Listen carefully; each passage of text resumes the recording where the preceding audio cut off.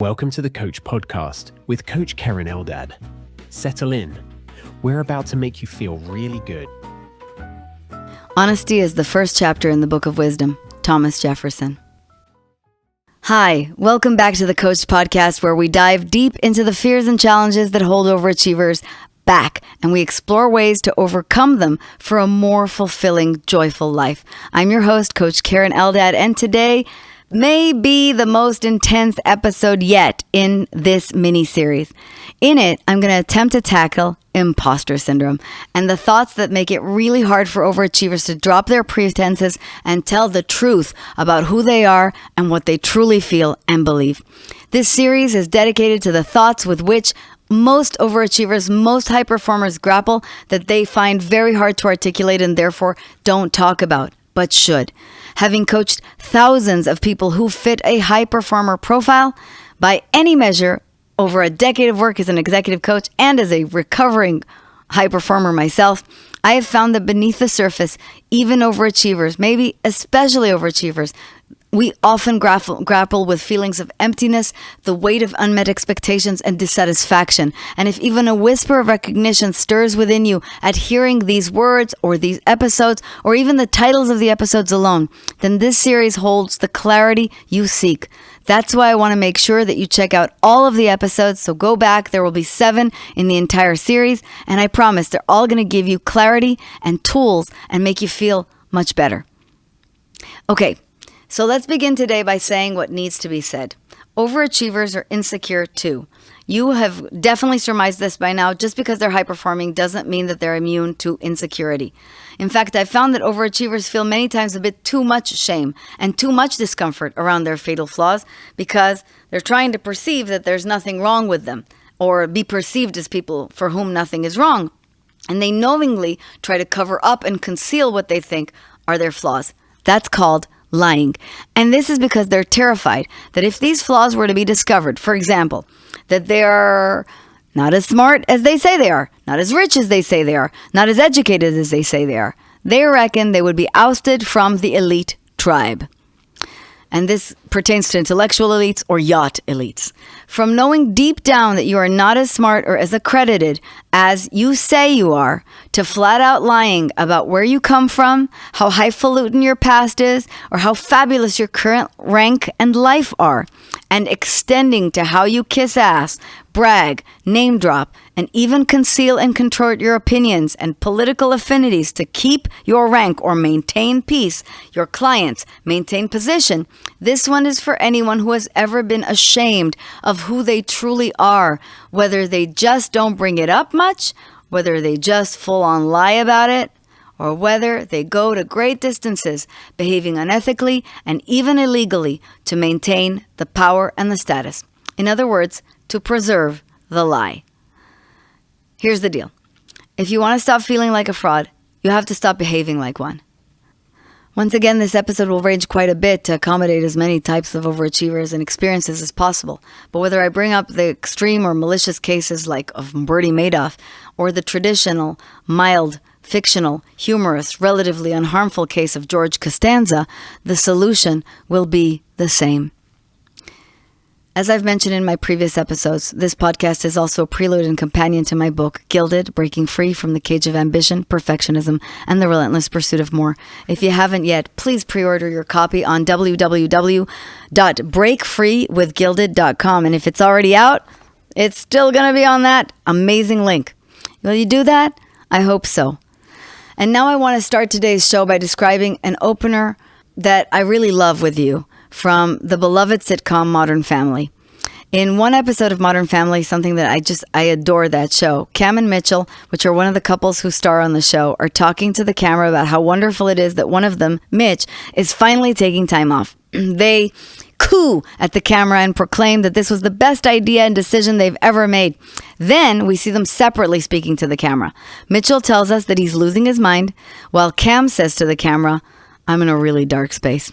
It's very, very funny, but it also is very relatable. So many of us have found ourselves lying about how we feel about anything to so many people, and often even to our spouses. Instead of presenting the truth, we present a mask like, "I'm loving my time off," when it's like, "I really hate my time off." The Thing is, everybody lies. The only variable is about what and to what extent. It is a function of socialization. To socialize, to grow up in a society and function in a society, we learn to tell stories and to agree to stories. For example, your money and your patria are stories. And that lie is a fundamental element of storytelling and the most common driving force for conflict. Of course, this is especially true in sitcoms. You take two characters, you let one withhold a piece of information from the other, and you got a pretty basic recipe for traumatic tension and a good starting point for a hilarious story. It's understandable then that so many films and television shows keep returning to this form of conflict again and again and again. It is funny. It's also ubiquitous. Overachievers lie too, and they mostly lie about how great they are and how well everything's going and how under control things are and how seldom they slip up or make a mistake. Keeping up appearances and not telling the full truth are lies. We may see them as a mere embellishment or an omission, but your soul knows better, and as a result, it suffers. As Brad Blanton observes in his amazing book, Radical Honesty, which I'm going to put in the show notes, How to Transform Your Life by Telling the Truth, we all lie like hell. It wears us out. It is the major source of all human stress. This is a bold statement, I know, but when I read this, I nod in agreement. I think this one is worth exploring for you. If you're up for it, let's go there. The good news is that this is a podcast, not a confessional or conversation, so you're not going to have to confess anything. You will just hopefully understand yourself better, and you'll be offered a straight shot out of the hellscapes created by lying, big and small. As Brad Blanton explains, lying is basically a form of neurosis. It's a refusal to accept what's happening in the present. We tend to deny the truth about feeling embarrassed, about feeling angry or sad or happy, or any form of excitement. We are essentially bargaining with life. And why do we do this? Well, we may tell ourselves we do it because we want to protect others. Ha ha. Blanton argues that what we're really doing is protecting ourselves and our self-image. Living in any organized society means that we are inevitably conditioned to make certain assumptions about whom we should be and how we should act. And these rules like these, once we are attached to them, become very hard to change or let go of. As this podcast has posited from the very beginning, the stress that kills or cripples most overachievers is coming from ourselves being too hard on ourselves when we don't live up to our own imaginings about how other people think we should look, behave, and be. And we get lost in this process. And as a result of getting lost in this process, we beat the hell out of ourselves before we even know we're hurt. So my question to you today in this podcast is, what would happen if you started to just be more honest? Where would you even begin? Blanton helps us here again. And in his book, he distinguishes 3 levels of telling the truth. The first is revealing facts. This one is simple enough. You communicate things as they are. If you lost your job and have been hiding in the park because you were too afraid to tell your spouse what happened, come clean. Tell them you lost your job. The second level is honestly expressing feelings and thoughts. This is the level where we reveal our emotional truth and the true nature of our judgments and feelings. In the second episode, I asked you to just come clean to yourself about this. But at this level, you start using the practice of admitting how you feel openly and even speaking your secret judgments to others about yourself loudly, and then revealing your own condescending and antithetical to your happiness ways. The third and final level is a little bit more complicated, and it's where we admit that who we are is not who we have been pretending to be. It is where we admit that we don't really know who we are. It's where we admit that we don't really know much of anything. These are beneath the story about our stable and sensible selves that we present to others. We are an utterly irrational mess of an ever-changing and often conflicting and embarrassing beliefs and feelings animal. The process of demythologizing ourselves begins by ending the bragging about all the things that you, in your false modesty, have pretended not to care about.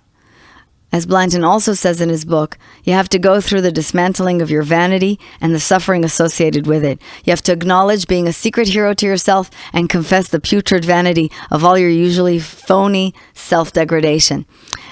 you have to admit what a worm and a liar you are and go through the feelings that come up when you tell the truth about all this. If you've never been truly embarrassed about yourself by what you had to say about yourself, you don't know shit from Shinola about transformation. Man, I really love that passage.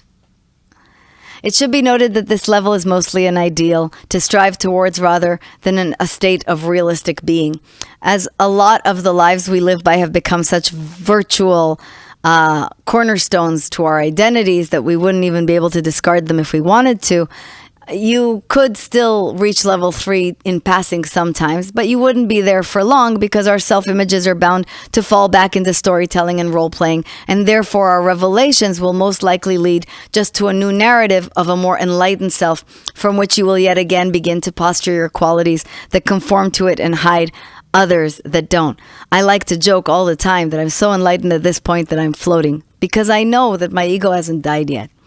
As Blanton says, getting born again feels real good for a while until we get to thinking that who we are as someone who got born again, that someone who got born again needs to die again and gets born again, and so forth. So if we cannot escape ourselves, if living in the continued truth of the present moment is ultimately unattainable, then the life of radical honesty is not completely unattainable, but the best way to look at it is not a path towards absolute self-transcendent, but as a path towards a deeper intimacy. A lie is essentially a wall, and walls prevent us from being close to each other.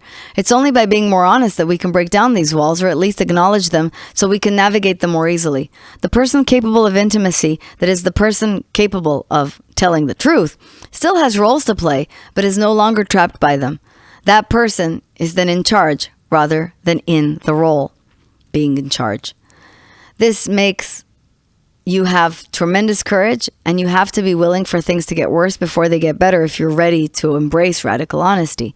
Blanton argues that the reason we tend to avoid confrontation is that we condition ourselves to think rather than act when we get angry, and we tell ourselves it's a virtue to communicate in nonviolent ways. And that's because we're simply too frightened of our anger, as is the case of any other form of emotional excitement that we repress, and we end up paying a price for it. Of course you do. The result, at least in our culture, is that most people don't express anger directly.